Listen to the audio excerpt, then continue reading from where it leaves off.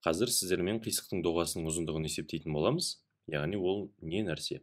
Бұл мынадай, fx-тен функция берілетін болса, онда бұл мына a мен b аралығына сәйкес келетін.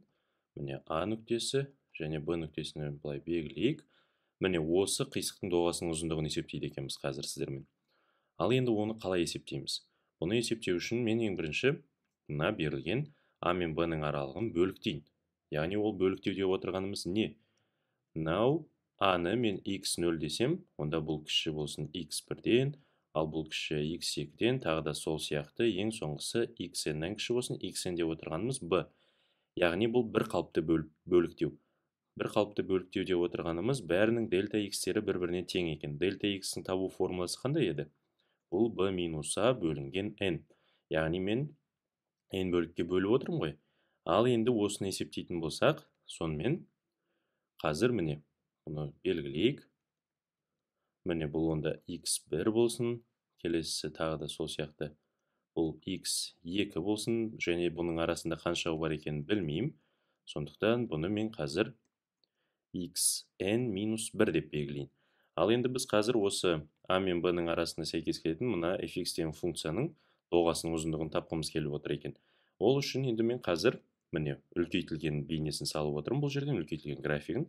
Енді бұны біз қалай қолданамыз? Ол үшін міне мынау a нүктесіне сәйкес келетін мына функцияның мәні бұл f-ның x0-дегі мәні ғой. Яғни x0 деп отырғанымыз бұл a нүктесін мен x0 деп алдым. Енді келесі x1 деген нүктесіне сәйкес келетін мына функцияның мәні, яғни f-дің x1-дегі мәні болады екен. Ал енді біз қазір ең бірінші мына fx0 мен мына екі нүктенің арақашықтығын есептейік қазір. Міне мына нүкте және мына нүктенің арақашықтығын есептеу үшін мен қазір бұны міне түзу сызықпен қосайын.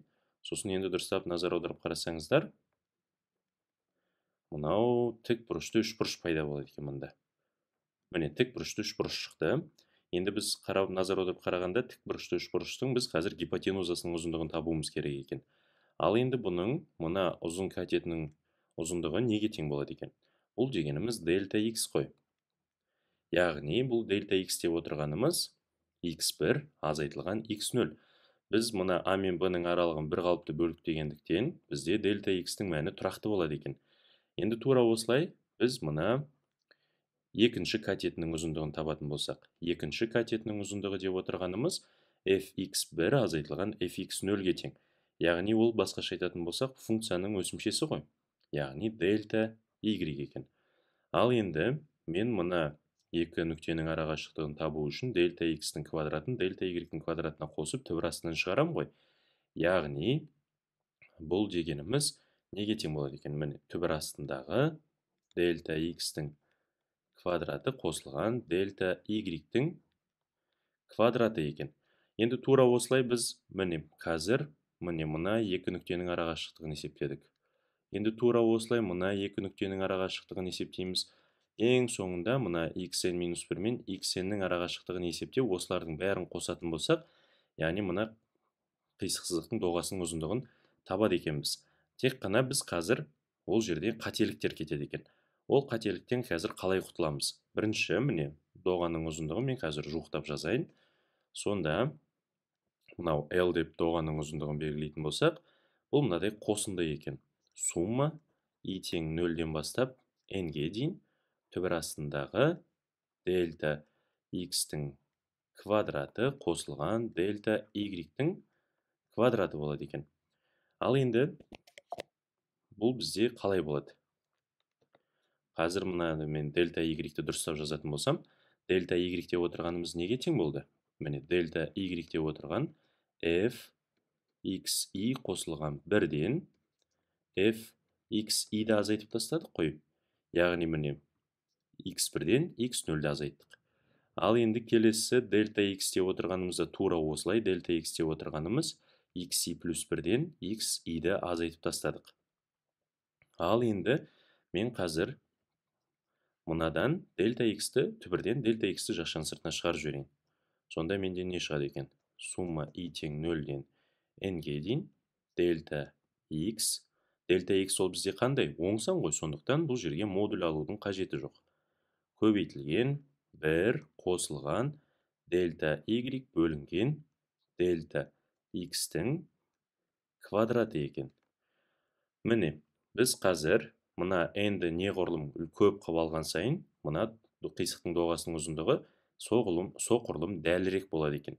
Ал енді бізге қазір не істеу керек? Енді мына дельта x-ке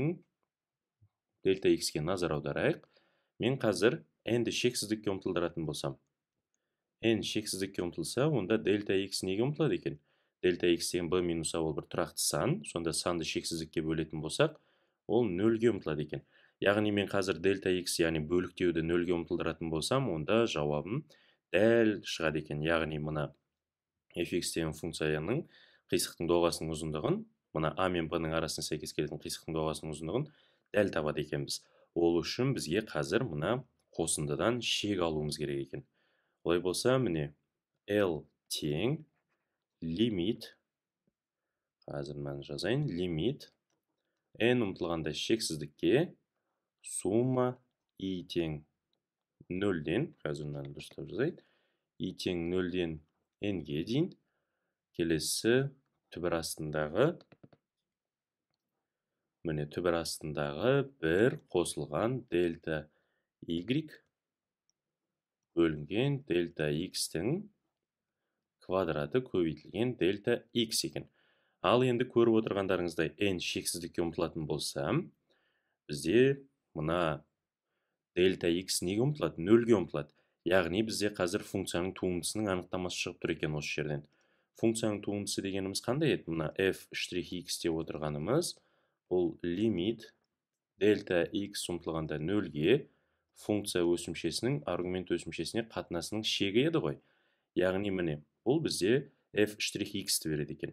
Олай болса, n шексіздікке ұмтылған кезде дельта x-тердің бәрі нөлге ұмтылып отыр.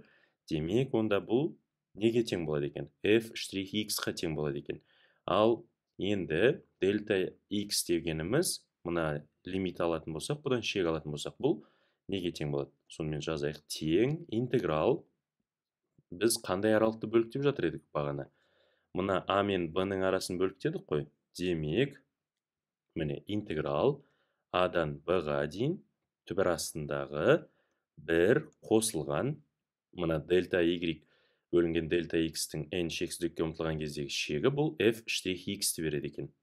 Сонда міне f'(x)тің квадраты, ал дельта x дегеніміз нөлге ұмтылатын кезде бұны интегралдағанда бұл, яғни dx-ға тең болады екен. Сонда сіздермен міне қисықтың доғасының ұзындығын табу формуласын дәлелдеп шығардық. Яғни сіздерге кез келген функция берілетін болса, сонда оның доғасының ұзындығын, яғни сол қисықтың доғасының ұзындығын қалай табады екенсіздер? Сонда міне мына формула арқылы есептейді екенбіз.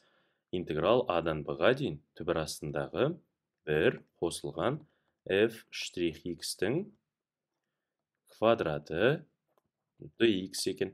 Енді біз қазір осы, мысалы, кез келген берілген есепті міне осы формула арқылы есептей салуымызға болады екен.